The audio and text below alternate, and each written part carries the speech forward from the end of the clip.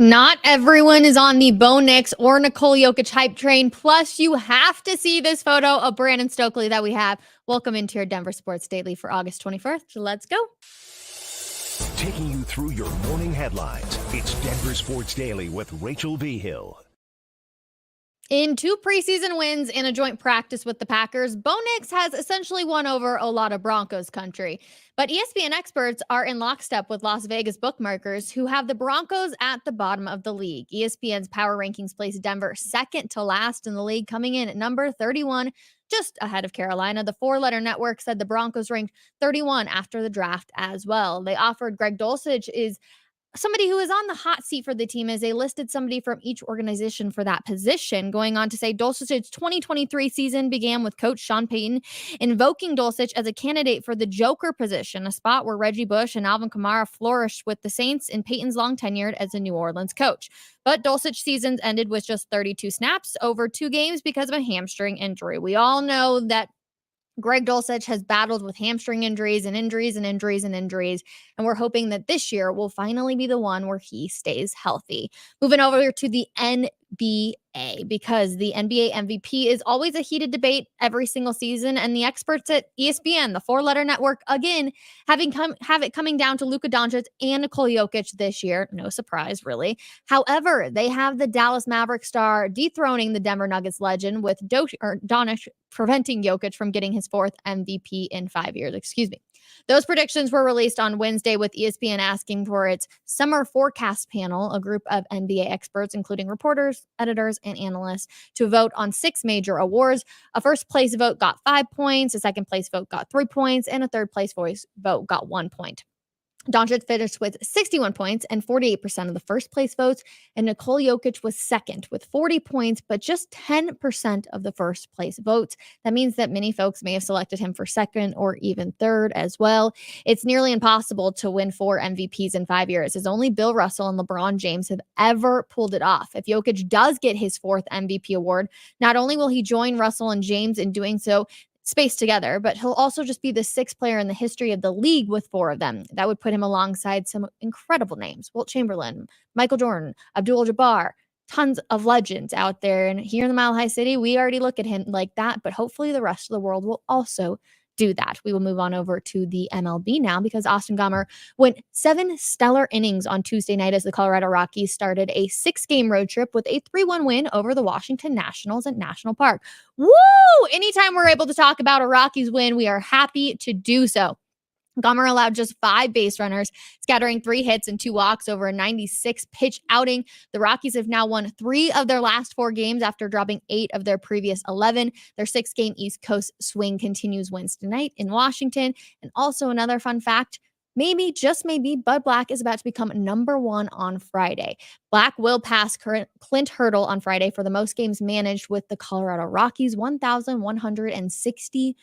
Crazy to think about that. And then he's also only 12 wins away from passing Hurdle's 534 wins for most in franchise history. He is currently at 522. So within striking distance, Friday will be a big moment for our good old friend Bud Black. And then hopefully he can get in that win category too, as the Rockies will look to finish off their East Coast swing like we mentioned. All right, to Colorado School of Mines we go. Let's go. The Colorado School of Mines dropped their epic roster photos. The university up in Golden, Colorado is carrying on the tradition of unique roster photos. This year, it involves bleach and blue hair dye. Take a look at these photos. They are so good. First of all, just all of the hair. There's so much hair that we got going on here, and I love that they found unique ways to use this hair for these photos. But you gotta talk about the blue hair dye with the eyebrows and just the face in general. I love these photos. Give me some more.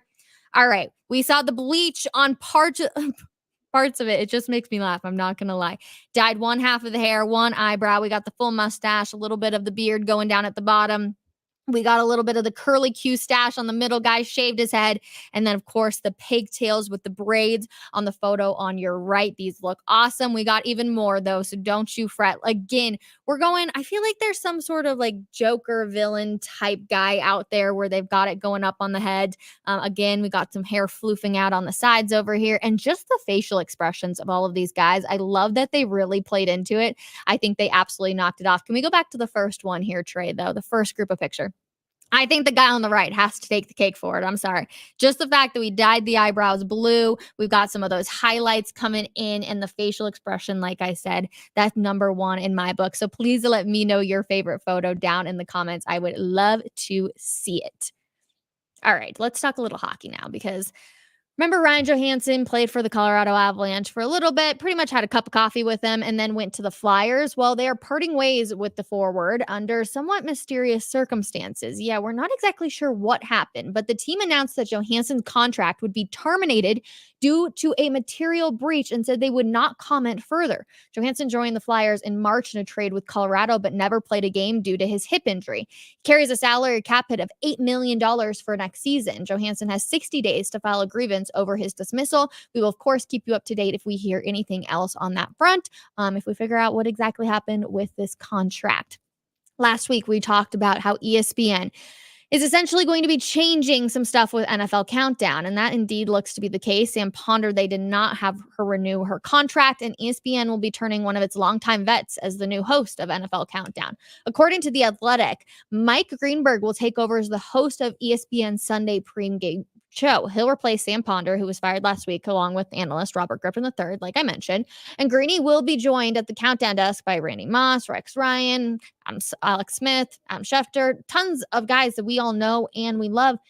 I will just say, and this is me as a female, I'm surprised that they're not going to have a female at the desk. I feel like in today's day and age, we see that a ton. So just a little surprising on that front. I was wondering if they were going to bring in another female to replace Sam Ponder, or if they were going to go the male route. So it's going to be interesting to see how that looks and how the conversation now continues on over at NFL. Sunday Countdown, it was like one of my favorite shows. So it'll be interesting to see what that ends up looking like in just a few short weeks, because football is literally right around the corner, everybody. Yesterday, I totally forgot to mention this, actually. I was talking to Trey, our producer behind the scenes, and I was like, this is so unique. And I was going to mention it at the end of the show, but I forgot. So the Oklahoma State football team is sporting something new on their helmets this year, and it's a QR code. So the 1.5-inch square will be on the back of the helmet and links to a donation page for the university's NIL fund. Viewers will be able to scan the codes on their TV screens and make a donation. Head coach Mike Gundy called it a revolutionary step forward to help keep Oklahoma State football ahead of the game. So fascinating. The fact that they're, essentially asking people to donate money by using the heads of their players to get, more NIL money. And that just shows you how I guess revolutionary it is in a sense. I don't really like using that word, but I get the point they're trying to make. The fact that NIL is legitimately changing the game for everything. Like, it is going to change all of college sports for the rest of pretty much forever. And it's just wild that they're like, hey, here's a QR code, scan it, give us $100 donation so we can keep bringing in these athletes. Just crazy in my head. Last one we got for you, but the ProAm is going on down at Castle Pines. Names out there. So we got Luke Bryan. You also got Gabriel Landeskog there on your left. You got John Elway in the middle. And then, like I said, Luke Bryan down there on your right. It is crazy to see so many big names, but also so fun to be down there in Castle Pines. And then you got to see this picture of our good old friend, Brandon Stokely. I absolutely love seeing Stokely out there, as he is being the caddy for our good old friend Peyton Manning today. So cool experience for Stoke. Obviously, him and Peyton Manning are really, really good friends. And I just heard that Peyton Manning did not have a good first stroke out there on the golf course, but we will be definitely asking Stoke what's going on out there. Just curious. Again, what a fun event. I know Luke Bryan did a concert down there at Castle Pines last night. Bo Nix was down there with his wife. So cool stuff. All right, let's see. Comments. Let's go, Bo. Let's go, Bo. Let's go, Bo. Totally correct. I'm excited. Practice back out there again today. I'm going to be over. I know I promised you guys yesterday that I was going to be doing my 10 observations from the game against the Packers. I'm actually going to be doing that today because we had James Palmer on yesterday. So it'll be me today, solo episode, my 8 observations from the Broncos-Packers game, talking about stuff that happened on the field, stuff that happened off the field. So we're going to get into all of that. Come hang out with me, 12 o'clock. Bring your comments, bring your questions. Want to answer it, solo session, me and you. Let's go. Good morning, Rachel. I say, who cares about the hype? Time will tell about the Broncos and the MVP winner. So true, but I feel like there's just levels of disrespect. I get it, the Broncos not getting the respect, but Nikola Jokic, we saw what he did in the Olympics. He legitimately almost carried Serbia to a win over the United States. He is the GOAT over and over and over again. So I feel like it's just a bit of disrespect towards Nikola Jokic, but also the fact that Bo Nix has been the best rookie out of the draft so far at the quarterback position. I'm like, come on, man. Give him a little bit more respect. We'll see what ends up happening. Of course, hello from Wisconsin. Hello from the Mile High City. Thank you. Let me know where you guys are all hanging out from.